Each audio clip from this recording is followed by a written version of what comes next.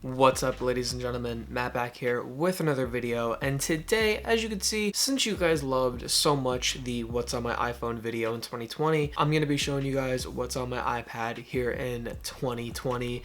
Now, I basically do have the iPad Pro. I believe this is either the 2018 or 2019 edition. I use it to do some things that I can't do on my iPhone, and I just use it for school. So with that said, I'm going to show you guys what's on my iPad. Alright guys, so you should now be seeing my iPad somewhere on the screen. I don't really know where it is. But as you can see, this is my homepage of my iPad, and this is what I see every time that I open it. And you know, it's pretty basic. There's a reason why I keep all the regular Apple apps in one page, and that is because if I ever need one, I know exactly where to go and I don't have to re-download anything. I never get rid of an app that Apple gives me. But other than that, all of my apps that I download are on the next page, as you can see like this. And I figured why not just go through the folders one by one and show you guys. So the first folder, as you can see, is social networking. Basically all I have on my iPad is Tumblr and YouTube. Tumblr I don't even really use, to be honest, so I don't know why it's still here. And YouTube is YouTube. Obviously I use it every day and I love uploading for you guys. So this is my homepage. Pretty basic, everyone has one. That's pretty much it for the social networking, and then we can get into utilities. I just didn't have anything to name this, so I just named it utilities. And as you can see, I have collab space. If you do not know what collab space is, collab space just lets you collab with other people. You put in like your address and info and stuff like that, and you can find just like a bunch of people that want to collaborate with you. As you can see, I'm in New York, so New York YouTubers under 5,000 subs, they'll collaborate, do whatever. I don't honestly really use this at all, but I think it's pretty cool, so I just got it to see what's up with it. Next, I have Go Record. I'm not going to click into it because it'll stop, but that's what I use to film on my iPad. Self-explanatory, really simple. Next, I have Fiverr. Fiverr is great. I got a guy who did my artwork on my channel page for me. Big props to that guy. Did a great job. I'll give him a shout out if I can find his name somewhere. Next, we have Transfer. Transfer is pretty cool. It's what allows me to get my iPad videos and pictures and stuff like that to my computer. And the only reason I use it is because it's great transferring large files. So that's honestly pretty much it with the utilities. Next is games. I'm probably the only person on this world that doesn't play many games on the iPad. I only play Minecraft and Boost Jump. Boost Jump's pretty cool. Boost Jump's pretty cool, as you can see. You just hold it down. It's one of those, like, you know what type of game this is, and then it tells you that every time, and you're just able to boost like this, and then boom. Pretty cool. Don't really play it that much.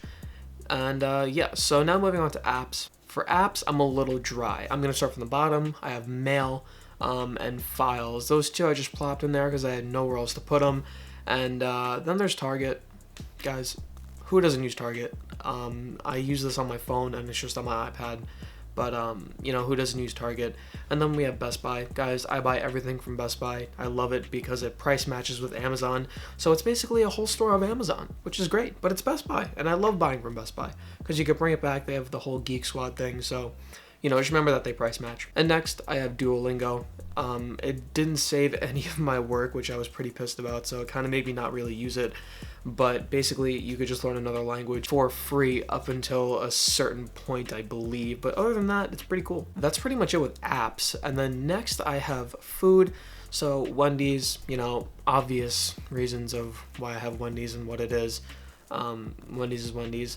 And then I have Tasty. Tasty is basically a recipe app that gives you just a bunch of cool things. Look, they have Pride Month recipes. They have Popular This Week. They have yogurt. They have just a whole thing just on yogurt. I think this is pretty cool because it is powered by BuzzFeed. BuzzFeed makes a bunch of cool things. So, well, yeah, you can get a lot of cool recipes from this. Then next I have OpenTable. This will be useful back when everything opens up. This just allows you to make reservations. Let me tell you, it's so much easier to go here than to call the restaurant or to like place anything over their website. Just so much easier to go through here. They handle everything. Just say what time and they'll do the rest. And that's pretty much it for food. The next thing I have is Google. Now, these are just Google apps. So as you can see, I have Chrome on here, as well as Google Calendar. And you might see Planner Pro. Why do I have that on here? It's pretty basic, just because it's a planner app and I wanted to keep my planner apps together, and I use Google Calendars more. Google Calendars really helps me like just stay organized with some things, and I love using it for like school and stuff like that. It just keeps me like present and I know what I have to do. And then yeah, that's pretty much it for Google. And then I have school. So this is the best app that I've found for flashcards and like taking like little jotting some notes for school that I found. Cardflow is free, and then Cardflow Plus is like $10 or whatever, but it's so worth it. You know, I don't really use it as much. I did this to show you guys a demonstration. So as you can see, this will be an index card. So what does hi mean? Smiley face. Turn it around. Boom, smiley face. So we got it right. So that just shows you basically how it works. I have a lot of stuff in here, a lot of my like older notes, and then it just like you can like make a folder go into a folder, go into a folder. So like we were just like deep in a folder there. And then that's pretty much it with school. And then next we have photo and video. If you have not watched my how to make a thumbnail video, you won't know any of these apps, but you did see some of these apps in that video. So basically the first one is VSCO. I think for being free and allowing you to do as much as you do on VSCO, it's really just like a great app to have and to utilize. You can do so much with VSCO. I love using VSCO.